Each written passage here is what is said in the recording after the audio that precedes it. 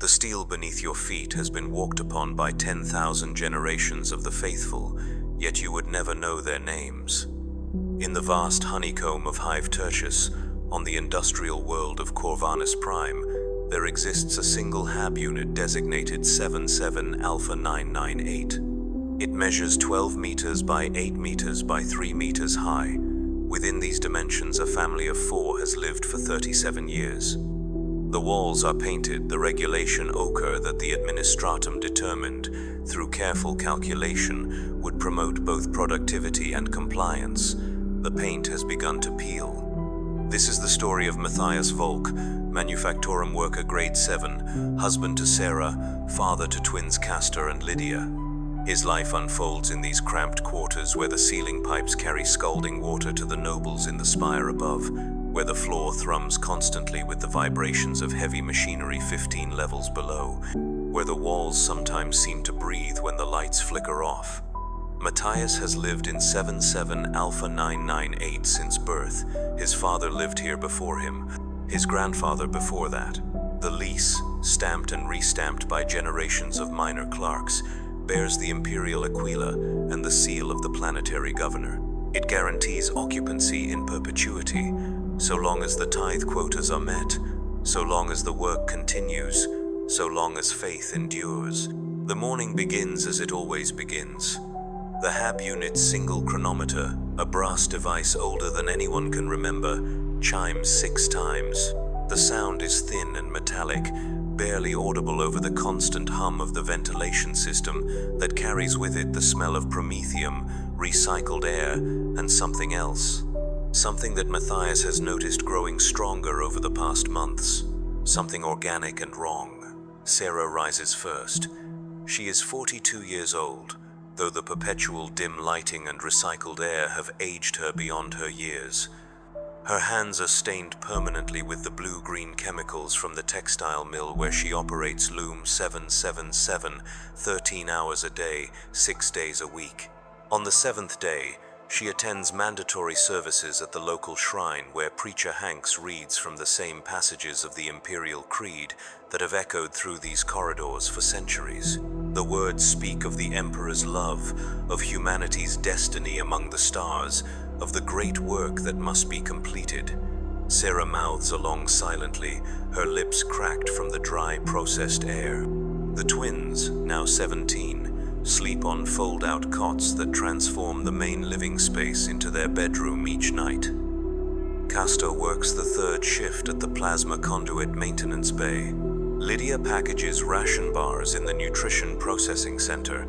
Both positions were assigned to them on their 16th birthday by the local administratum official, a pale man with wire-rimmed spectacles who consulted a series of charts and declared their fates with the indifference of someone reading atmospheric pressure. Neither child has ever left sub-level gamma. Neither has seen natural sunlight. Neither knows that such a thing exists. Matthias dresses in the regulation gray jumpsuit that marks him as a manufactorum worker. The fabric is rough against his skin, designed more for durability than comfort.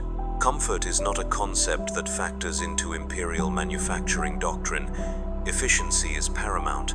Compliance is essential. Comfort is a luxury that breeds weakness, and weakness breeds heresy. He clips his identification tag to his breast pocket. The tag bears his image, taken 23 years ago when he first reported for duty. The young man in the photograph looks optimistic. The Matthias who faces the mirror each morning no longer recognizes that expression. The kitchen consists of a single counter, a protein synthesizer, and a water reclamation unit. The synthesizer produces 3 types of food paste: gray, brown, and yellow. The gray paste provides basic nutrients. The brown paste is fortified with synthetic proteins. The yellow paste is supplemented with vitamins that prevent the worst diseases associated with artificial nutrition. All 3 taste exactly the same. The water reclamation unit converts waste liquids into potable water through a process that Matthias does not understand and does not question. Understanding is not required, only consumption. Breakfast is consumed in silence. This is not due to any animosity between family members, but rather because conversation has become increasingly difficult. What is there to discuss? The work does not change. The quotas do not change. The regulations do not change. Yesterday was identical to today, and tomorrow will be identical to yesterday. This is the great gift of imperial society, the elimination of uncertainty. Every citizen knows their place, their purpose, their value to the greater machine. There is comfort in this knowledge, Preacher Hanks tells them during services. There is peace in acceptance. But Matthias has begun to notice things that disturb this peace. It started 3 months ago with the sound, a scratching noise that seemed to come from within the walls themselves. At first, he attributed it to the building's age. 77 Alpha 998 is part of a residential complex that was constructed during the 38th millennium. The structural reports, reviewed annually by the appropriate authorities, indicate that the building remains sound and suitable for habitation. Load-bearing walls maintain their integrity. Electrical systems function within acceptable parameters. Plumbing delivers adequate water pressure. The scratching, Matthias reasoned, must be the natural settling of ancient metal and rockcrete. Then came the whispers. Late at night, when Sarah and the twins sleep deeply from exhaustion, Matthias lies awake listening to the familiar sounds of the hab unit. The gurgling of pipes overhead, the distant thrum of machinery below, the occasional footsteps in the corridor outside. But now there are new sounds, soft voices speaking words he cannot quite make out. They seem to originate from behind the wall that separates the living area from hab unit 77 Alpha 997. Where the Korvac family has lived for 19 years. But the timing is wrong. The Korvacs work the second shift and should be sleeping during the hours when Matthias hears the whispers. He has considered reporting this to the local administratum office. Form 777 Delta allows residents to file complaints regarding noise disturbances. The process is straightforward. Complete the form in triplicate, submit it to the appropriate clerk, wait for investigation and resolution. But something holds him back. Perhaps it is the knowledge that investigation often leads to relocation, and relocation means separation from the only home his family has ever known. Perhaps it is the fear that the investigators might find something worse than noise violations. Perhaps it is simply the imperial citizens' instinctive understanding that some things are better left uninvestigated. The wall in question is painted the same regulation ochre as all the others. It bears the same minor scuffs and stains that accumulate over decades of habitation. There is nothing visually distinctive about it, except for a small crack near the ceiling that Matthias does not remember being there before. The crack is perhaps 15 centimeters long and barely visible unless one knows where to look. When Matthias positions his ear near the crack, the whispers become slightly clearer, though the words remain incomprehensible. Work provides a temporary escape from these concerns. The manufactorum where Matthias labors occupies 7 sublevels beneath the residential complex. The journey requires a 20-minute descent through a series of lift platforms and connecting tunnels. The tunnels are lined with service pipes, electrical conduits, and ventilation shafts that disappear into darkness. Occasionally, maintenance crews can be seen working in the deeper reaches, their headlamps creating brief pools of light in the perpetual gloom. Matthias has never spoken to these maintenance workers. Their schedules do not align with his, and conversation between different work classifications is discouraged without proper authorization. The manufactorum floor spans 2 kilometers in length and 1 kilometer in width. The ceiling rises 20 meters above the workstations, supported by massive steel beams that cast geometric shadows across the production line. The air is thick with the smell of heated metal, machine lubricants, and ozone from the plasma cutters. The noise is constant and overwhelming, the rhythmic pounding of hydraulic presses, the whine of cutting tools, the hiss of cooling systems. Workers communicate through hand signals and abbreviated shouts. Extended conversation is impossible. Matthias operates Assembly Station 47, where he installs guidance systems into artillery shells destined for the Imperial Guard. Each shell is identical to the last. Each requires the same sequence of operations performed in the same precise order. Insert the guidance module, align the connectors, apply the sealant, activate the diagnostic sequence. Pass the completed shell to the next station. The work requires concentration but not creativity. Creativity is discouraged. Deviation from established procedures results in immediate quality control review and potential disciplinary action. The shells Matthias works on will be fired from basilisk artillery platforms on distant worlds whose names he will never know. They will explode among enemies whose faces he will never see. The fragments will kill soldiers whose final thoughts will be of homes they will never see again. This knowledge does not trouble Matthias. It is not meant to trouble him. His role in the great chain of imperial production is small but essential. Without his work, the shells would not function. Without the shells, the artillery would be useless.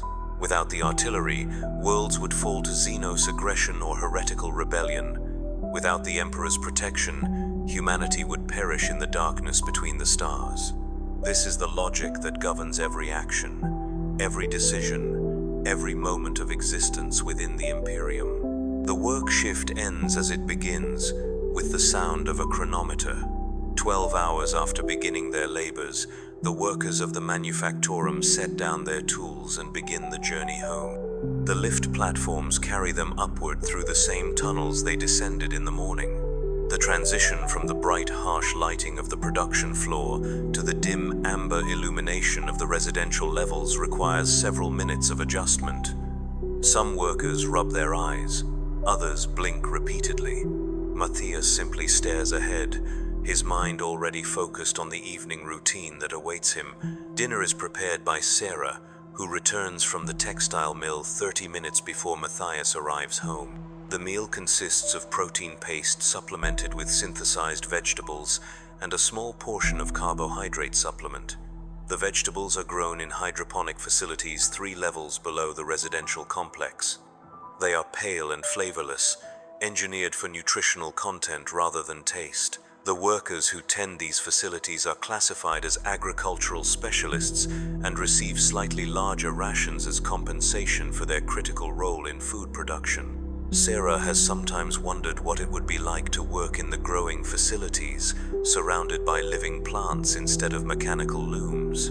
But wondering is not the same as requesting transfer, and transfer requests require justification that goes beyond personal preference. Castor returns from his shift as the family finishes eating. His work in the plasma conduit maintenance bay exposes him to radiation levels that are within acceptable parameters but leave him perpetually exhausted. His skin has taken on a pale, translucent quality that makes the veins in his forearms visible. The medical clinic provides monthly screenings for all plasma workers. The results are filed with the appropriate authorities, but not shared with the workers themselves. Castor knows only that he has been cleared for continued duty. This is sufficient information for his purposes. Lydia's shift at the nutrition processing center ends after the others have gone to sleep. She returns to the hab unit near midnight, moving quietly to avoid waking the family. Her work involves sealing individual ration packages and applying the appropriate labels. The labels indicate nutritional content, expiration dates, and distribution designations. Some packages are marked for general consumption. Others are labeled for specific populations: children, pregnant women, workers in hazardous industries, clergy members, military personnel. The ration quality varies according to the recipient's value to imperial society. This variation is not discussed openly, but every citizen understands the hierarchy through direct experience. The evening hours in 77 Alpha 998 follow an established pattern. Sarah performs maintenance tasks, cleaning the synthesizer filters, checking the water reclamation unit, inspecting the hab unit for signs of wear or damage. Matthias reviews work documentation, filling out production reports and quality control forms. The twins study technical manuals related to their respective positions, memorizing safety protocols and efficiency standards. Education in the traditional sense ended for all of them years ago, but continuous training is mandatory for all Imperial citizens. Knowledge that does not serve the Emperor's purposes is knowledge wasted.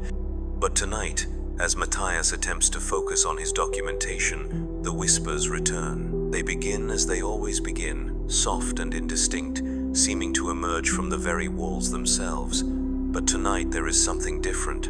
Tonight the whispers seem to carry a note of urgency, almost pleading. Matthias sets aside his data slate and moves closer to the wall. Sarah, absorbed in her cleaning tasks, does not notice his movement. Castor has already fallen asleep on his cot, his breathing shallow and labored from radiation exposure. Placing his ear against the wall, Matthias listens intently. The whispers are definitely coming from behind the surface, but their source remains unclear. They could be originating from Hab Unit 77 Alpha 997, but the Korvac family consists of only 3 members: Hendrik, his wife Elena, and their daughter Mira. The voices Matthias hears seem to be more numerous, perhaps 6 or 7 distinct speakers. Their words overlap and interweave in patterns that make individual phrases difficult to distinguish. The crack in the wall has grown. Where it was once 15 centimeters long, it now extends nearly 30 centimeters toward the floor. The edges of the crack are not the clean breaks one would expect from structural settling.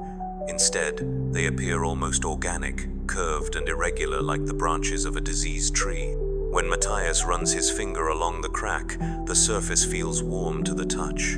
This should not be possible. The interior walls are not connected to any heating systems, and the ambient temperature of the Hab unit remains constant at 18 degrees Celsius. Over the following weeks, Matthias begins to observe other changes in 77 Alpha 998. The protein synthesizer occasionally produces batches of paste that smell faintly of decay. The water from the reclamation unit sometimes carries a metallic taste that lingers for hours. The chronometer, which has maintained perfect accuracy for decades, begins to run slow, losing several minutes each day. Most disturbing of all, Sarah and the twins seem not to notice these anomalies. When Matthias mentions the strange smells or unusual tastes, they look at him with confusion and mild concern. The work continues, as it always continues. The manufactorum operates according to schedules established by the administratum and enforced by shift supervisors, who themselves answer to production coordinators, who report to sector chiefs who serve at the pleasure of the planetary governor. The chain of command extends upward through layers of bureaucracy until it reaches the highest levels of imperial authority. At each level, decisions are made based on data provided by the level below. Information flows upward, filtered and processed and condensed into reports that bear little resemblance to the reality experienced by individual workers. Assembly Station 47 continues to produce guidance systems for artillery shells. The quota remains constant, 47 units per shift. The quality standards remain unchanged, 0 tolerance for defects or deviations. The work rhythm remains steady: insert, align, seal, test, pass. But Matthias finds his concentration wavering. His thoughts return repeatedly to the whispers, to the growing crack, to the changes in his home that no one else seems to perceive. The shift supervisor, a thin woman named Velka who has held her position for 8 years, notices Matthias's distraction during the 3rd week. She approaches his station during a scheduled inspection, her data slate ready to record any observations or violations.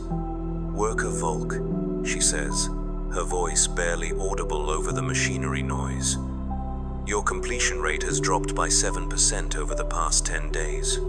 Matthias continues working as he responds. Stopping to face a supervisor during inspection is considered disrespectful and can result in disciplinary action. "I was not aware of the decline, Supervisor Velka. I will increase my focus to correct the deficiency."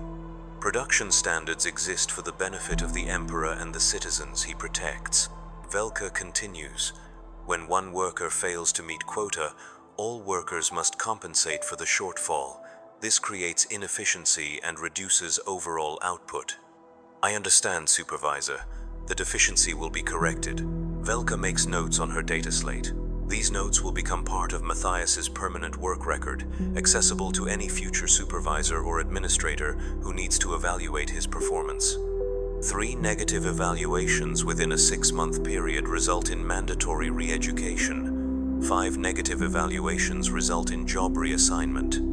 7 negative evaluations result in review by the local arbitrator, whose options include fines, imprisonment, or in extreme cases, servitorization. The knowledge of this system does not inspire fear in Imperial citizens. Fear would suggest doubt about the wisdom of Imperial justice. Instead, it inspires careful attention to duty and regulation compliance. Matthias has received only 2 negative evaluations during his 23 years of service, both for minor infractions related to documentation errors. His work record is considered exemplary by manufactorum standards. This recent decline in performance represents an anomaly that requires correction. But correction proves difficult when one's attention is constantly drawn to mysteries that should not exist. The whispers have begun to occur during daylight hours. What once was a nighttime phenomenon now intrudes into the normal routine of home life. Matthias hears them while eating breakfast, while preparing for work, while attempting to complete his evening documentation. The voices seem to be calling to him specifically, though the words remain incomprehensible. Sometimes he catches fragments that sound almost like his name, drawn out and distorted as if spoken through water or thick glass. Sarah has begun to express concern about his behavior. During their brief evening conversations, she mentions his tendency to stare at walls, his distraction during meals, his habit of pressing his ear to surfaces as if listening for something. Her concern is genuine but limited. Imperial citizens are not trained in psychological analysis or mental health assessment. Such training is reserved for medical specialists and clergy members who serve specific functions within the imperial hierarchy. Sarah knows only that her husband's behavior has changed, and change without apparent cause is always troubling. Perhaps you should speak with Preacher Hanks, she suggests one evening as they prepare for sleep. He has experience counseling workers who suffer from spiritual difficulties. The suggestion is reasonable.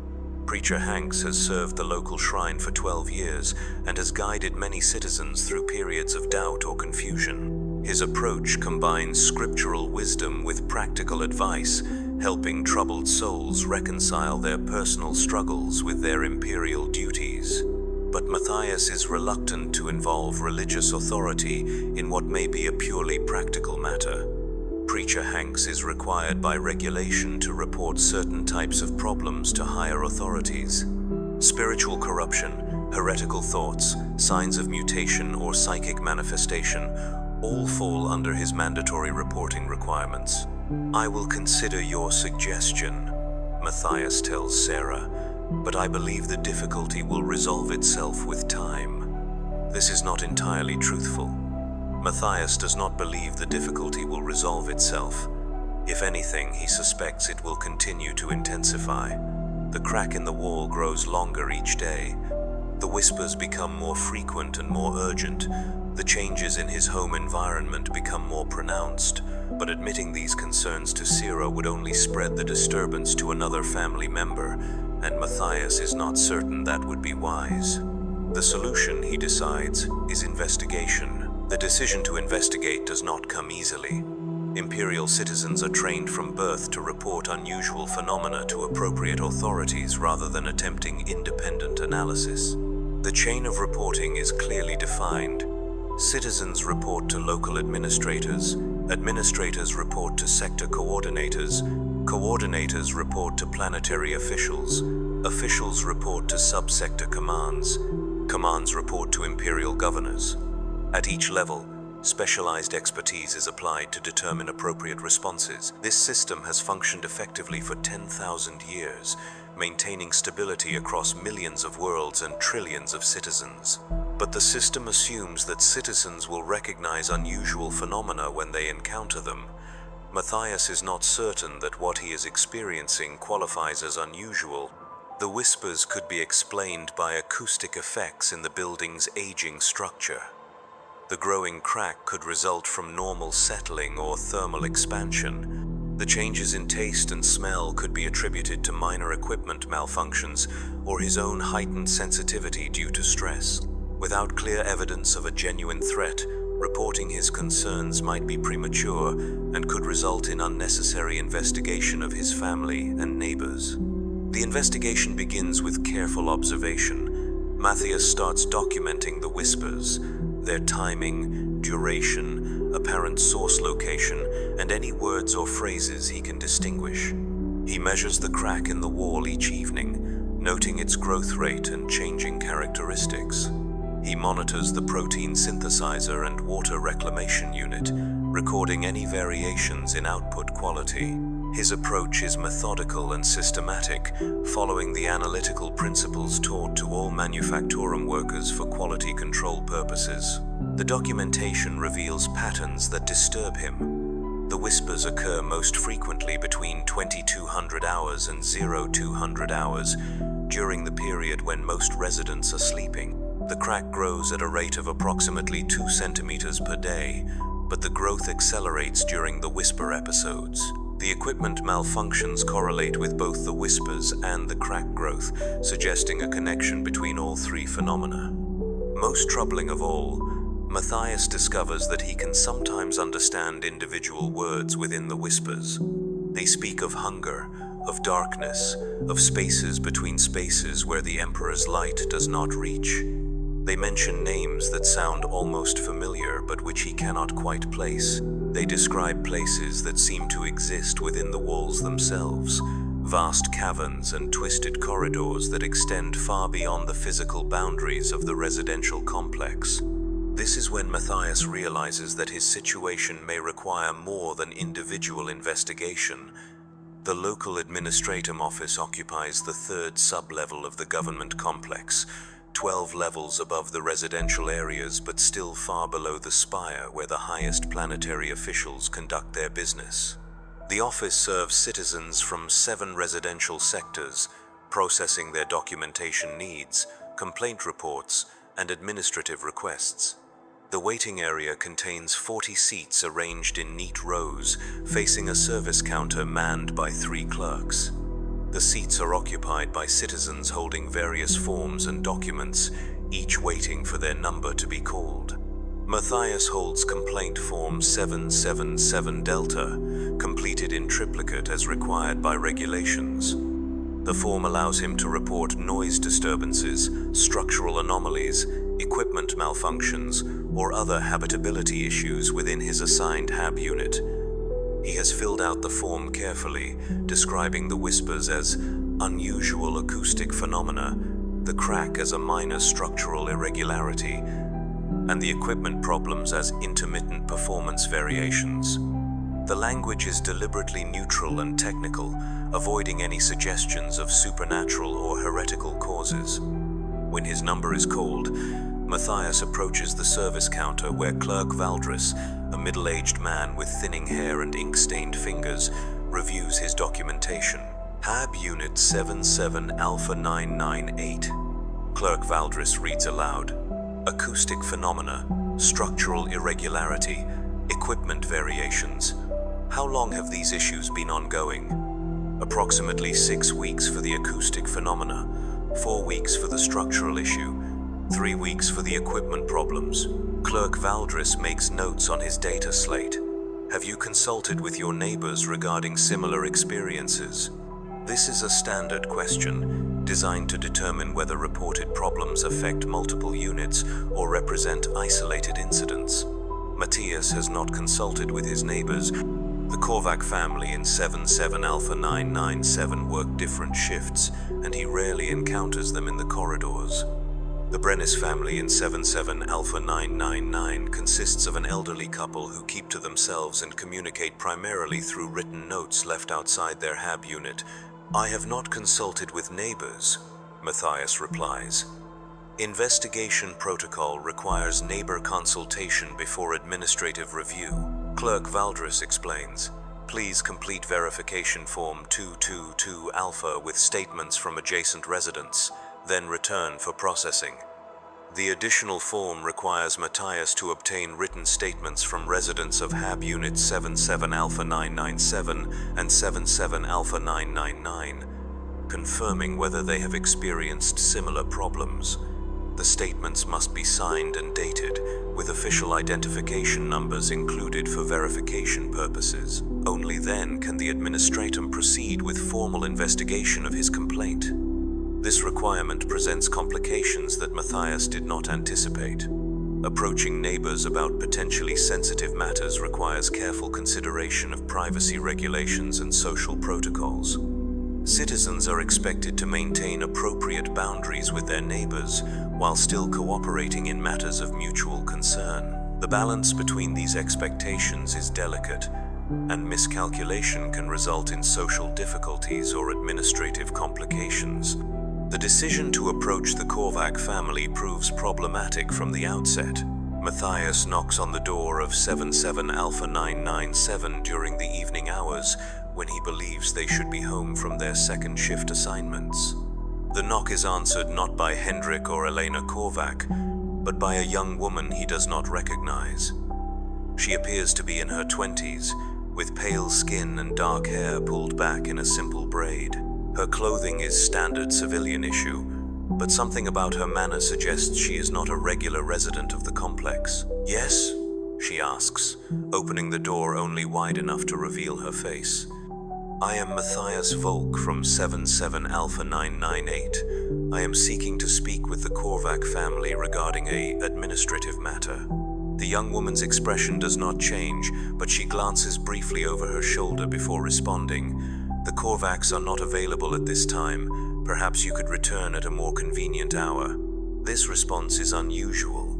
Citizens working second shift should be available during evening hours, and administrative matters typically receive priority attention regardless of convenience. Matthias considers pressing for more specific information about when the Korvacs might be available, but something in the young woman's manner discourages further inquiry. "May I ask when would be a more convenient time?" he asks instead. "I will inform them of your visit," she replies. "They will contact you if they wish to discuss the matter." The door closes before Matthias can respond. He stands in the corridor for several moments, considering the implications of this encounter. The young woman could be a visiting relative or friend, though such visits typically require advance registration with building management. She could be a temporary resident assigned to the unit for official purposes, though such assignments are usually announced to neighboring units for security reasons.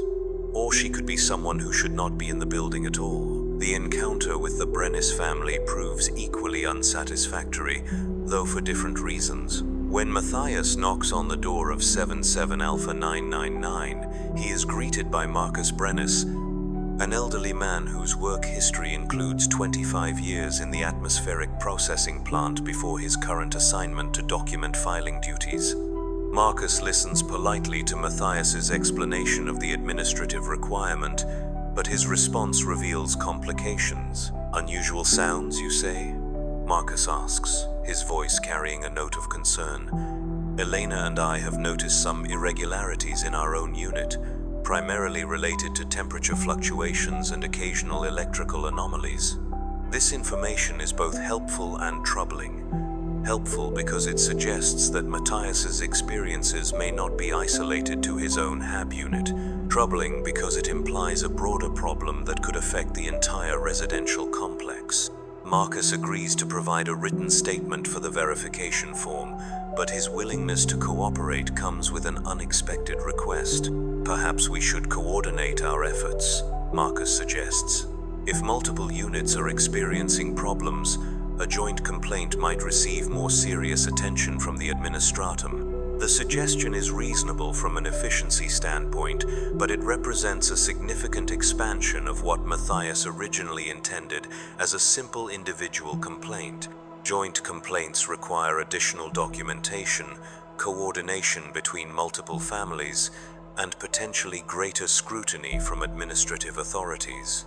They also imply a level of organization among residents that could be interpreted as unauthorized assembly for collective action. Imperial regulations regarding collective action are complex and situation-dependent. Citizens have the right to band together for legitimate purposes such as work assignments, religious observance, and community maintenance. But they also have the obligation to avoid unauthorized organization that could challenge established authority or create alternative power structures. The distinction between legitimate cooperation and unauthorized assembly is not always clear, and citizens are expected to exercise judgment in determining appropriate levels of coordination. After careful consideration, Matthias agrees to Marcus's suggestion. The potential benefits of a coordinated approach outweigh the risks, particularly if the problems affecting his HAB unit are indeed part of a larger pattern. Marcus's experience with administrative procedures, gained through his document filing work, could prove valuable in navigating the complaint process. His willingness to cooperate also suggests that the problems are significant enough to warrant formal attention. The joint complaint requires 3 days to prepare properly. Marcus and Matthias meet each evening after their work shifts to compare their observations and compile their documentation. The meetings take place in the corridor outside their respective HAB units, as regulations discourage extended visits between families without proper authorization. Their conversations are conducted in low voices to avoid disturbing other residents, though Matthias notices that the corridor seems unusually empty during their meeting times. The documentation that emerges from their collaboration reveals a pattern more disturbing than either man initially suspected. Marcus's electrical anomalies correspond closely to the timing of Matthias's whispers. Both families have experienced equipment malfunctions that follow similar patterns. Most significantly, Marcus reports structural irregularities in his own HAB unit, a crack in the wall that separates his living area from 77 Alpha 998. The crack in Marcus's wall is approximately 45 centimeters long, extending from floor level toward the ceiling. Like the crack in Matthias's wall, it exhibits organic-looking curves rather than straight structural breaks. Marcus has measured its growth rate and discovered that it expands at approximately 2 centimeters per day, the same rate that Matthias has documented in his own unit. The correlation is too precise to be coincidental. But the most disturbing discovery comes when Marcus describes sounds that he has been hearing from within the wall. They are not whispers like those experienced by Matthias, but rather a rhythmic scratching noise accompanied by what sounds like breathing. The sounds occur during the same time periods as Matthias's whispers, suggesting that both phenomena originate from the same source located somewhere between the two HAB units. This raises troubling questions about the nature of the space between the walls.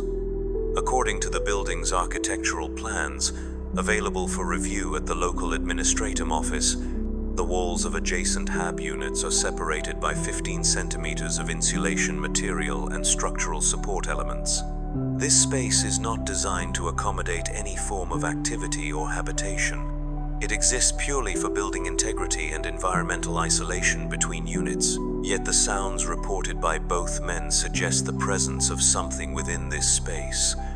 Something that moves, breathes, and possibly speaks.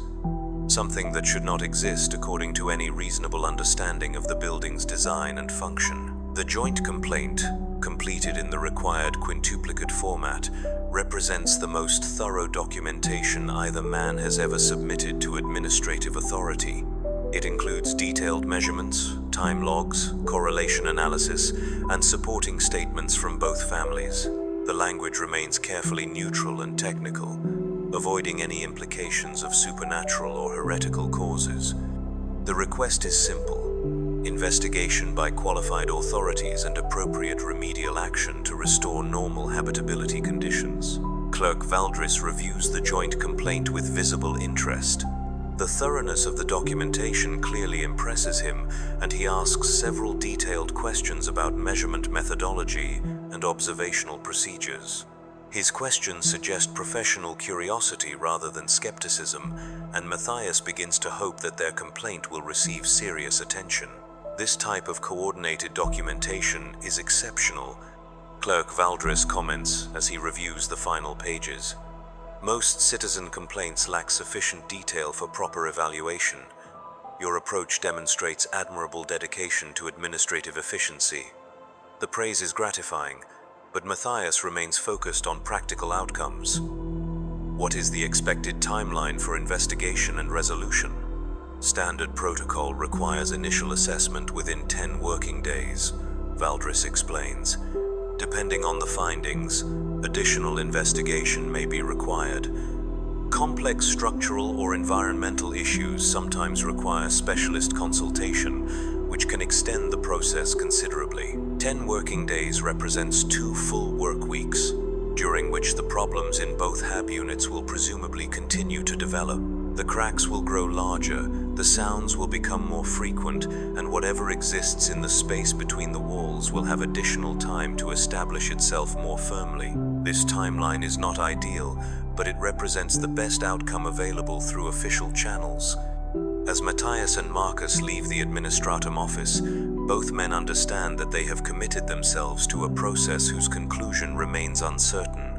Their joint complaint has been filed and accepted, but official investigation may reveal problems that require solutions beyond simple maintenance or repair. If the issues in their hab units are connected to larger structural problems, they could face relocation to different residential areas.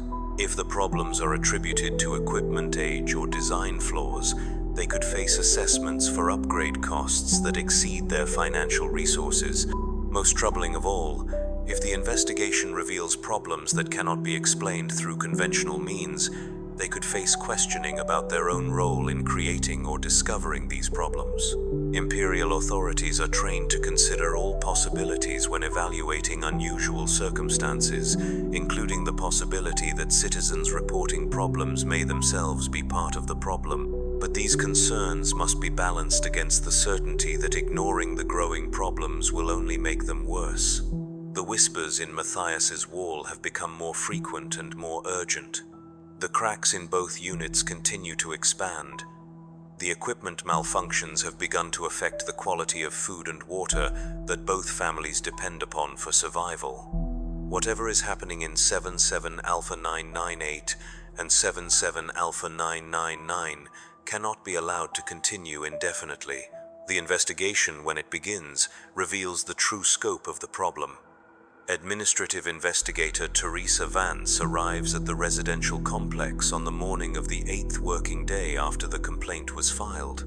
She is accompanied by Building Inspector Jonas Kreiber and Technical Specialist Lisa Morrison, indicating that the administratum has taken the joint complaint seriously enough to assign a full investigation team. The team carries specialized equipment for structural assessment, environmental analysis, and documentation of their findings. Matthias and Marcus meet the investigation team in the corridor outside their respective hab units. Both men have taken leave from their work assignments for the day, as their presence is required for the full duration of the investigation. The loss of a day's wages represents a financial hardship for both families, but cooperation with official investigations is mandatory and takes precedence over individual economic concerns.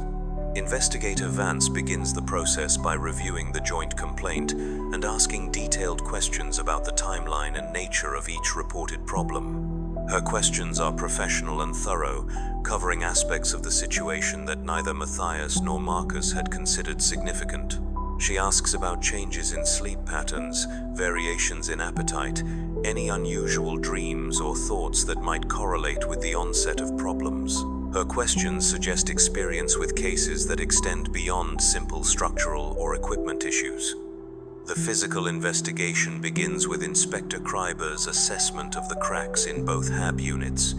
Using precision measuring instruments, he confirms the dimensions and growth rates documented by the residents. But his examination reveals additional details that were not visible to untrained observation.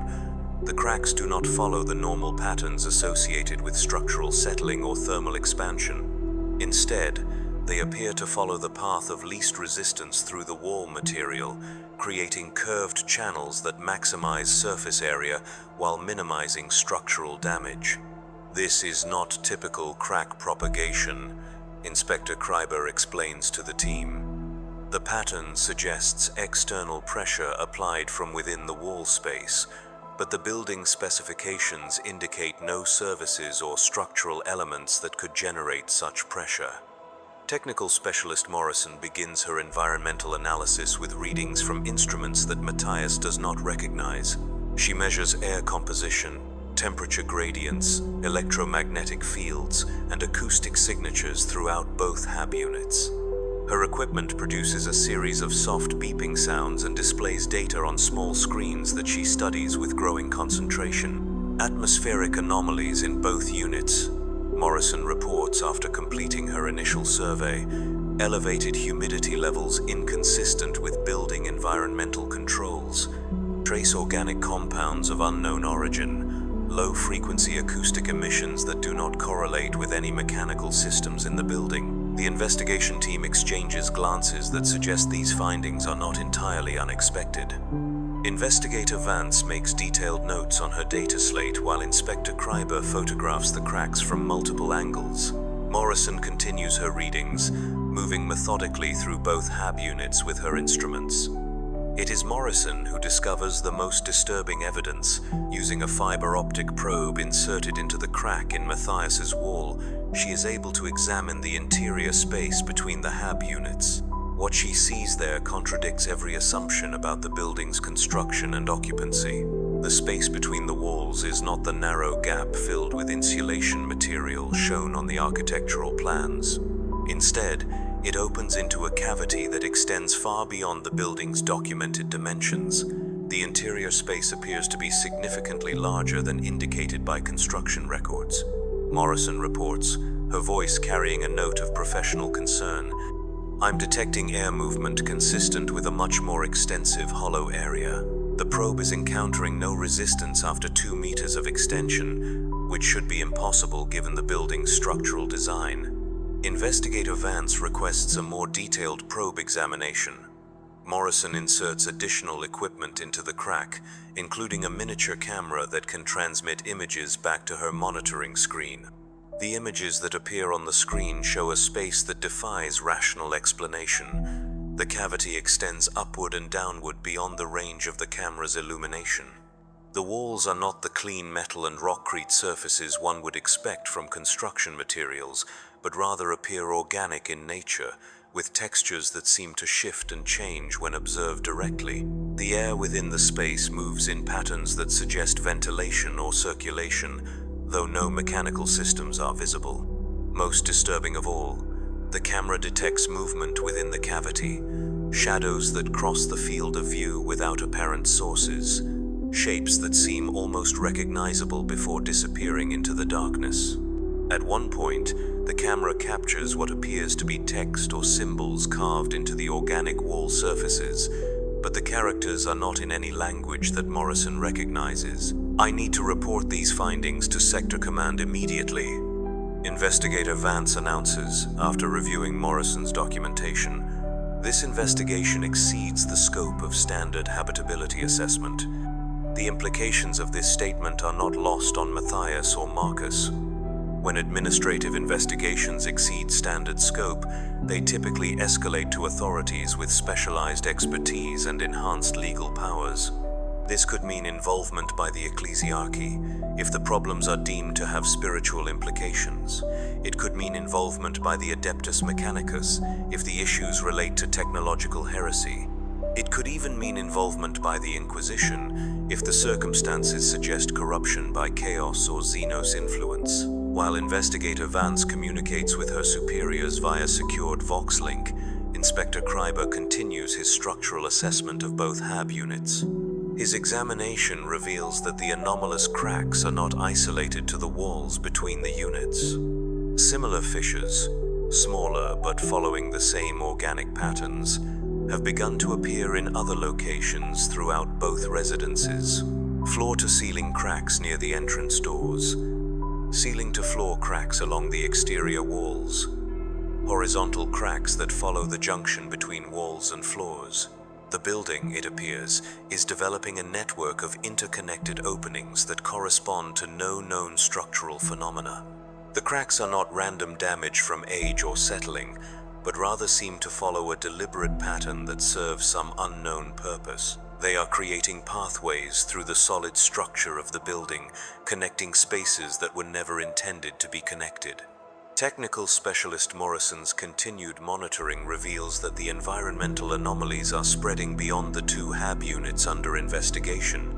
Her instruments detect similar atmospheric irregularities in adjacent residences, though the residents of those units have not reported problems to the administratum. This suggests either that the problems are in early stages in other locations, or that other residents are experiencing difficulties but have not yet sought official assistance.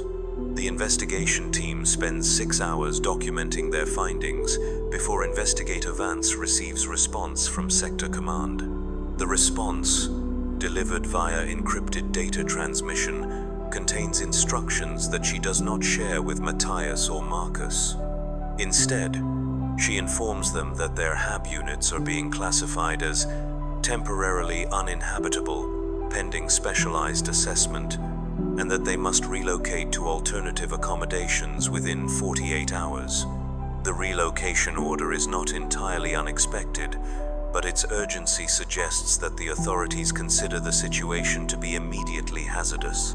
Matthias and Marcus are provided with housing requisition forms that will allow their families to claim temporary residence in vacant units within other residential complexes. The temporary housing is guaranteed for 30 days, after which their status will be reviewed based on the results of the specialized assessment. But as the investigation team prepares to leave, Morrison makes one final discovery that changes everything. Using her instruments to conduct a final survey of Matthias's HAB unit, she detects thermal signatures that indicate the presence of living organisms within the wall spaces. The signatures are not consistent with known pest species or small animals that might have infiltrated the building's structure. Instead, they suggest creatures of considerable size, possibly human-sized, that maintain body temperatures slightly below normal human ranges. "There's something alive in there," Morrison announces, her professional composure finally showing signs of strain. Multiple entities, possibly 6 or 7 individuals based on thermal reading distribution. They appear to be arranged in a pattern that corresponds to the acoustic phenomena reported by the residents. The whispers that Matthias has been hearing are not random sounds transmitted through the building's structure. They are communications between living beings who have somehow taken up residence within the walls of his home. Beings who have been watching his family, listening to their conversations, observing their daily routines through cracks that they have systematically widened to serve as observation ports. Investigator Vance immediately contacts Sector Command with this new information. The response is swift and unambiguous. The residential complex is to be evacuated immediately, pending arrival of specialized response teams. All residents are to be relocated to temporary housing facilities, where they can be interviewed individually about their experiences and observations. The building itself is to be sealed and placed under administrative quarantine. The evacuation begins within hours of the investigation team's departure. Official notices are posted in every corridor, informing residents that they have 12 hours to gather essential possessions and report to designated assembly points for transport to temporary facilities. The notices cite urgent maintenance requirements as the reason for evacuation, making no mention of the true circumstances that have prompted this action. Matthias packs his family's possessions with hands that shake despite his attempts to maintain composure. Sarah asks questions that he cannot answer without revealing information that he has been instructed not to discuss. The twins accept the situation with the adaptability of youth, treating the relocation as an unexpected adventure rather than a potential crisis. But as Matthias loads their belongings into the transport vehicle that will carry them to temporary housing, he cannot escape the knowledge that they are leaving behind more than just a home. They are leaving behind something that has been watching them, learning about them, possibly preparing for some action that the evacuation is intended to prevent. The beings in the walls remain in place, their purposes unknown, their capabilities undetermined. The temporary housing facility occupies a converted manufactorum complex in a different sector of the hive city. The accommodations are Spartan but adequate. Single rooms with basic amenities, communal dining facilities, shared recreation areas. The residents of 77 Alpha 998 and other evacuated HAB units are housed separately from the general population, suggesting that the authorities consider them to require special monitoring or protection. Individual interviews begin on the second day of relocation. Matthias is questioned by a team of officials whose identities and affiliations are not disclosed. They ask detailed questions about his experiences in the HAB unit, his observations of unusual phenomena, his interactions with neighbors and family members. The questions are thorough and systematic, covering aspects of his experience that he had not considered significant. Of particular interest to the interviewers are his descriptions of the whispers and his ability to understand individual words or phrases.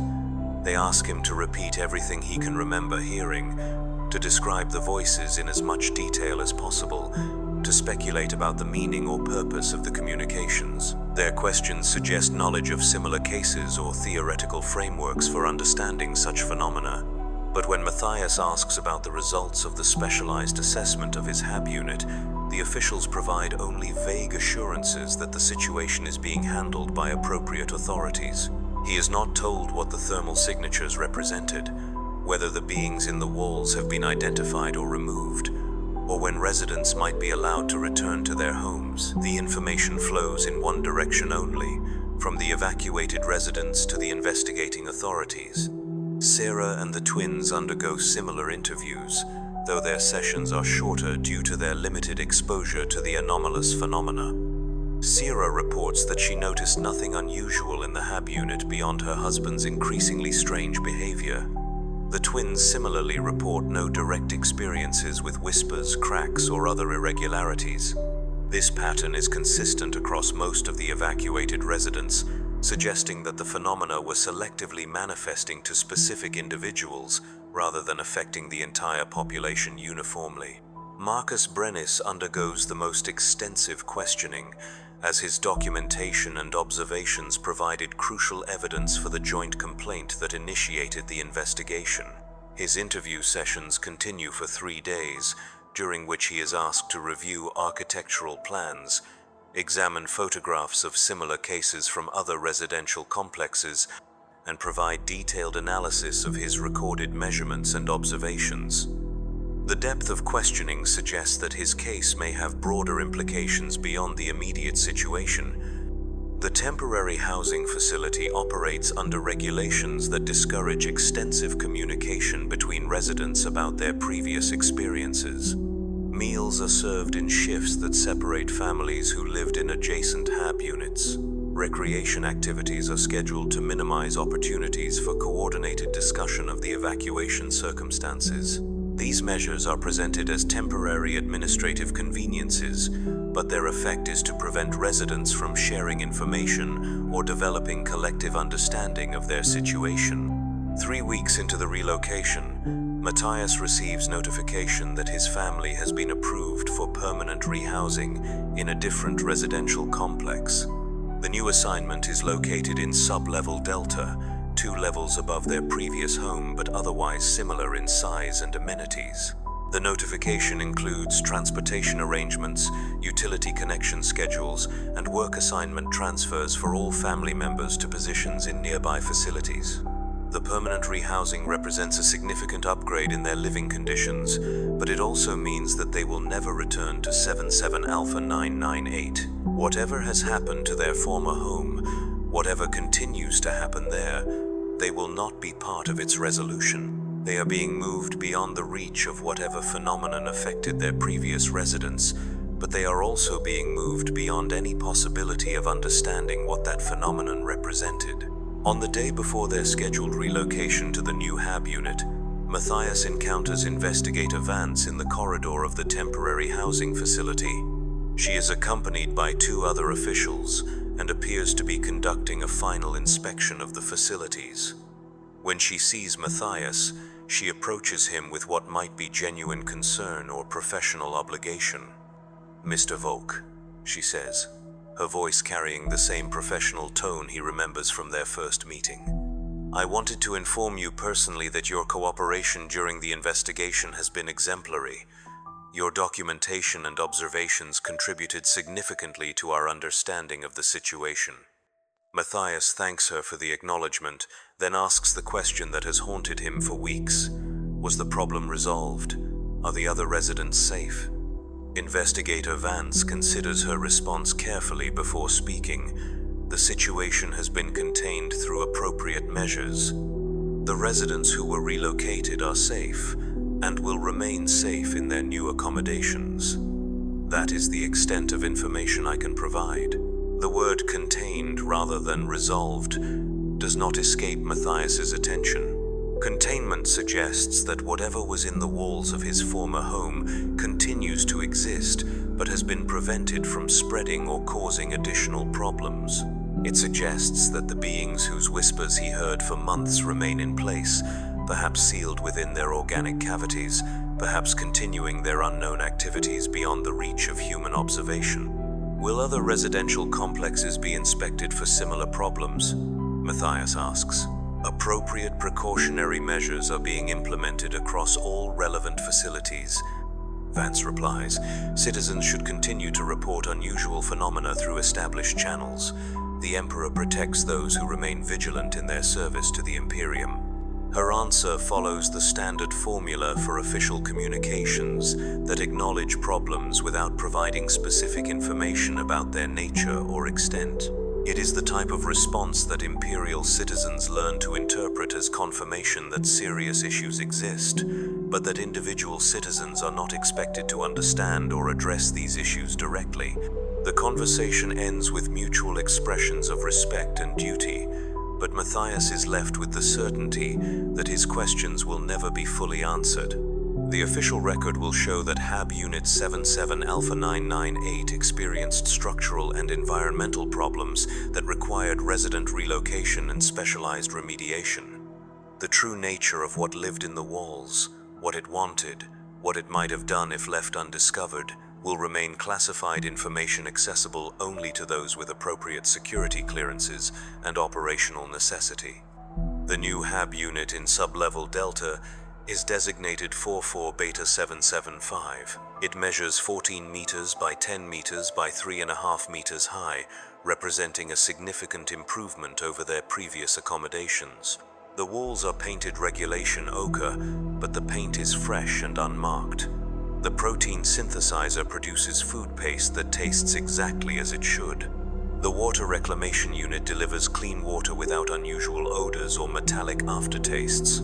The chronometer maintains perfect accuracy. Matthias's new work assignment is at Assembly Station 23 in a different manufactorum complex.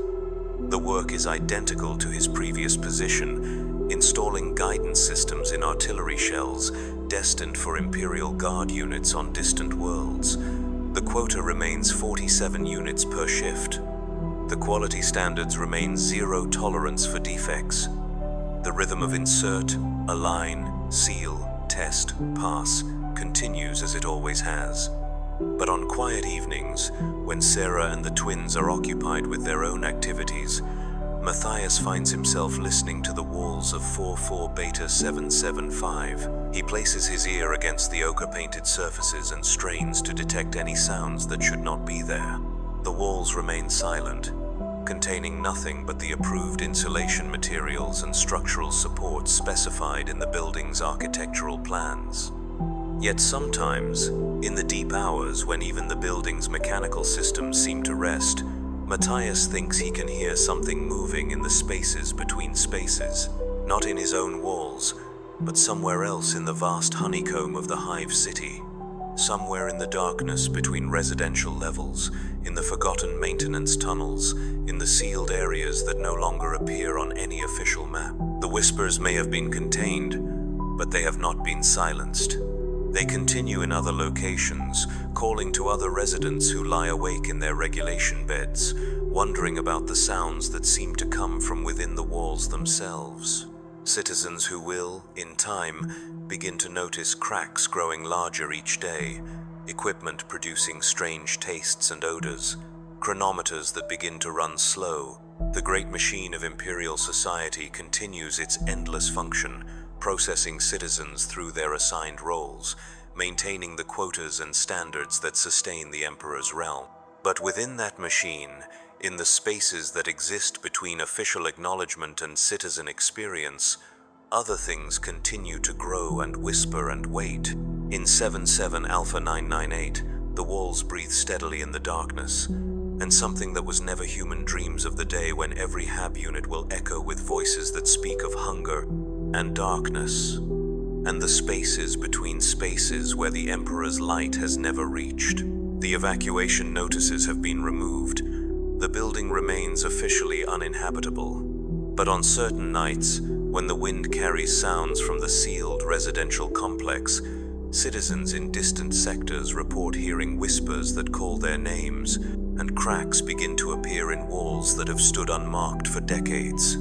The average home in the Imperium shelters more than its inhabitants realize, and some shelters were never meant for human occupancy at all.